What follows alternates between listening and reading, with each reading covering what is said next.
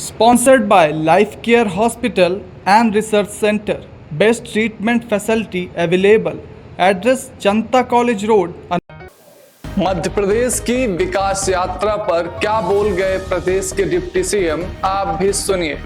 17 दिसंबर 1956 को मध्य प्रदेश समृद्ध बनाने का संकल्प लिया गया था। तब से अब तक सभी सरकारों ने मध्य प्रदेश को समृद्ध बनाने का प्रयास किया है। प्रदेश के डिप्टी सीएम राजेंद्र शुक्ला ने विधानसभा में ये बातें कही। उन्होंने कहा कि प्रदेश भर में नहरों का जाल बिछाया गया है। पूर्व प्रधानमंत्री अटल बिहारी वाजपेयी का सपना अब पूरा हो रहा है।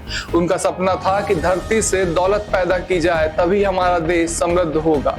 और भी उन्होंने क्या कुछ कहा, सुनिए। श्री राजेंद्र शुक्ला जी।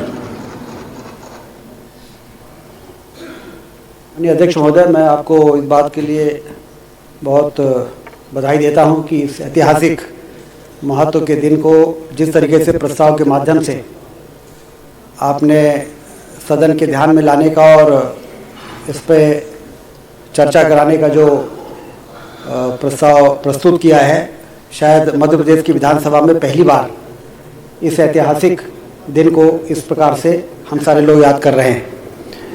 हम सब जानते हैं कि 1950 में संविधान लागू होने के बाद से लेके प्रथम जो आम चुनाव हुए 1952 में, तब तक मध्य प्रदेश में विंध्य प्रदेश भी था, मध्य भारत भी था, भोपाल विधानसभा भी थी और सेंट्रल प्रोविंसेस एंड बरार जो आज विदर्भ माना जाता है, महाकौशल और छत्तीसगढ़, ये मिला के एक राज्य था। इसकी राजधानी नागपुर हुआ करती थी। मध्य भारत की राजधानी ग्वालियर होती थी, जिसमें इंदौर और मालवा और ग्वालियर क्षेत्र। भोपाल की राजधानी भोपाल थी और विंध्य प्रदेश की राजधानी रीवा हुआ करती थी। और जब राज्यों की पुनर्गठन हुआ तो उसमें हमारा मध्य प्रदेश 1 नवंबर को अस्तित्व में आया। 17 दिसंबर से 17 जनवरी तक पहली विधानसभा चली और लोकतांत्रिक परंपराओं, मान्यताएं और जनता की आकांक्षाओं की प्रति संकल्प इस मध्य प्रदेश के ऐतिहासिक विधानसभा में, जो पहले कुशाभाई ठाकरे हॉल जिसको आज कहते हैं, पहले मिंटो हॉल कहा जाता था, वहां पर 1 महीने इसकी स्थापना हुई। और तब से मध्य प्रदेश के लोकतांत्रिक जो परंपराएं हैं, विधानसभा का संचालन है, वो उदाहरण के रूप में सारे देश में देखा जाता था। मध्य प्रदेश हमारा आगे बढ़ा, सरकारें आई गई और सभी सरकारों ने मध्य प्रदेश को आगे बढ़ाने में कोई कसर छोड़ा नहीं, इसमें कोई दो राय नहीं है। और जो मध्य प्रदेश का गठन हुआ वो खनिज संपदाओं से भी भरा था, नदियां थी, पहाड़ थे, जंगल थे, वाइल्ड लाइफ, विकास की अपार संभावनाओं को समेटे हुए मध्य प्रदेश ने जब अपनी विकास यात्रा को शुरू किया तो हम आगे बढ़े। लेकिन 2003 के बाद से लेके और 2024 तक आज जिस तरह से मध्य प्रदेश ने हिंदुस्तान में अपना स्थान बनाया है, एक डेस्टिनेशन, इन्वेस्टमेंट डेस्टिनेशन के रूप में मध्य प्रदेश को आज सारी देश और दुनिया में देखा जा रहा है। सिंचाई की नहरों के जाल से जिस तरह से धरती से दौलत पैदा करने का पूर्व प्रधानमंत्री अटल बिहारी वाजपेयी जी कहा करते थे कि यदि इस देश को समृद्ध करना है तो धरती से दौलत पैदा करना पड़ेगा। धरती से दौलत पैदा करना है तो नदियों को जोड़ना पड़ेगा।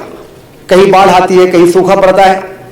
आज कितना अच्छा सहयोग है माननीय अध्यक्ष महोदय कि जब आप इस ऐतिहासिक दिन को याद कर रहे हैं तो प्रधानमंत्री नरेंद्र मोदी जी जयपुर में काली सिंध, पार्वती और चंबल को जोड़ने की योजना का भूमि पूजन कर रहे हैं और 25 सितंबर को छतरपुर में केन और बेतवा नदी को जोड़ने का भी भूमि पूजन करने की 1,75,000 करोड़ की योजना, जो मध्य प्रदेश में 15 लाख हेक्टेयर में सिंचाई का रकबा बढ़ाएगा।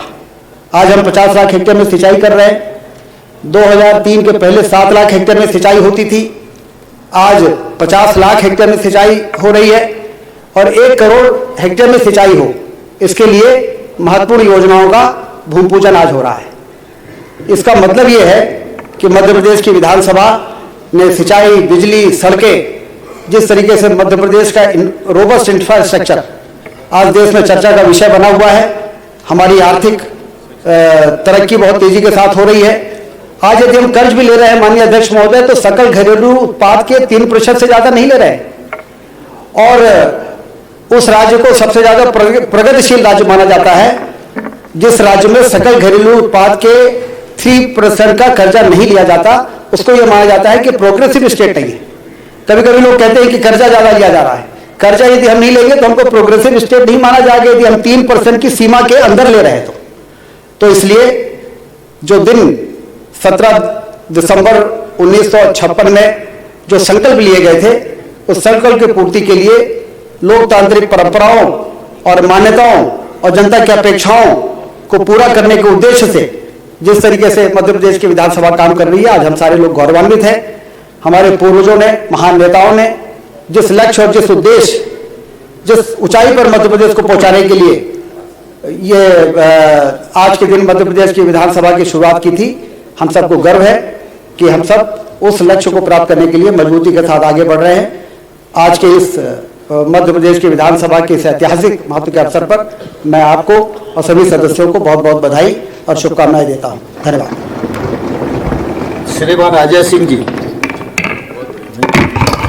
श्री